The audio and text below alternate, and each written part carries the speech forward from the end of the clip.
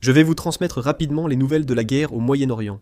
La situation au Moyen-Orient est de nouveau sur le point d'exploser.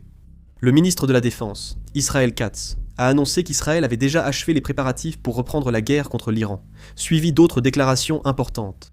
Les objectifs sont fixés. Il ne manque plus que l'approbation des États-Unis. Le ministre Katz a précisé la direction de l'attaque. Il a révélé son intention de mener une opération d'élimination visant le régime du guide suprême iranien, c'est-à-dire de faire complètement s'effondrer le régime actuel de l'Iran. S'ajoute le projet de frapper massivement les principales installations énergétiques, le réseau électrique et la base industrielle afin de paralyser les fonctions mêmes de l'État. L'affirmation selon laquelle ils veulent ramener l'Iran à l'âge des ténèbres montre qu'il s'agit d'une stratégie visant non seulement à exercer une pression militaire, mais aussi à provoquer l'effondrement du régime. Dans le même temps, les mouvements des États-Unis ne sont pas non plus anodins. Le commandement central américain a lancé un blocus contre l'Iran et redéployé ses forces navales. Au moins 33 navires sont présents ou en mouvement dans la zone. Actuellement, des avions de transport militaire américains assurent toujours le soutien à Israël.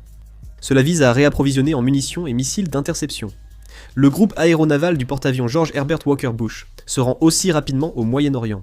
Compte tenu de la trajectoire et de la vitesse actuelle, il est très probable qu'il entre dans la zone d'opération dans environ 5 jours. 2 groupes aéronavals sont déjà au Moyen-Orient. Si ce groupe les rejoint, il y aura 3 groupes aéronavals en opération en même temps, un niveau rarement observé dans la région. Cette structure peut gérer des frappes aériennes massives, un blocus maritime et une guerre prolongée. Mais le problème commence ici. Israël a déclaré qu'il ne restait plus que l'approbation des États-Unis, et les États-Unis montrent déjà qu'ils ont pratiquement terminé leurs préparatifs militaires. Il n'y a presque aucun signe de négociation diplomatique ou d'apaisement des tensions. Alors qu'Israël tient des propos fermes, il faudra observer comment la situation évoluera. Si d'autres nouvelles arrivent, je réaliserai une vidéo et la mettrai en ligne. C'est la fin de la vidéo. Merci. Ja?